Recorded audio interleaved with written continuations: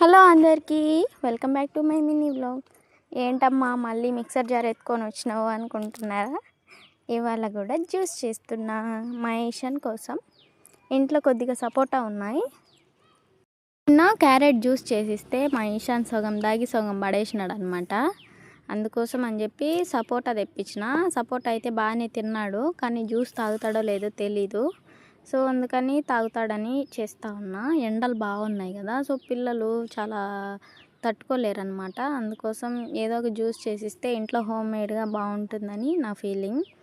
రోజు నవీన్ బాదం పాలు తెస్తాడు బయట, అది ఎట్లుంటుందో ఏమో తెలియదు కదా, సో మనం ఇంట్లోనే చేసుకుంటే బాగుంటుందని వీడి కోసం చేస్తూ ఉన్నా.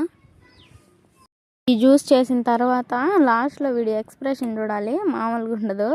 నేనే షాక్ అయినా అనమాట. నేను వాడికి చెప్పింది లేదు, చేసింది లేదు, వాడే చెప్పేసినాడు. మీరే చూస్తారు చూడండి, లాస్ట్లో పెడతా వీడియో. కొంతమంది ఏంటంటే వీడియో కోసం అని చెప్పేసి నేర్పిస్తారు అనమాట, ఇట్లా చెప్పు అట్లా చెప్పని. కానీ వీడికి మాత్రం నేనేం చెప్పలా, వాడే చెప్పేసినాడు. అన్నట్టు ప్రాసెస్ చెప్పడం మర్చిపోయినా. సపోటా ఉన్నాయి కదా, పైన పీల్ మొత్తం తీసేసుకోవాలి.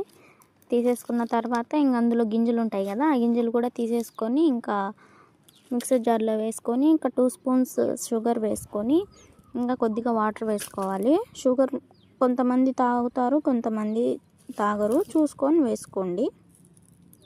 ఇంకా వాటర్ కంటెంట్ కూడా కొంచెం ఎక్కువగా వేసుకుంటేనే బాగుంటుంది, ఎందుకంటే సపోటా కదా కొంచెం చిక్కగా వచ్చింది. ఎట్లుంటుందా అని ఫస్ట్ నేనే టేస్ట్ చేసిన. ఓకే, పర్లా బాగానే ఉంది, తాగొచ్చు. ఎవరైనా కావాలంటే చేసుకోండి.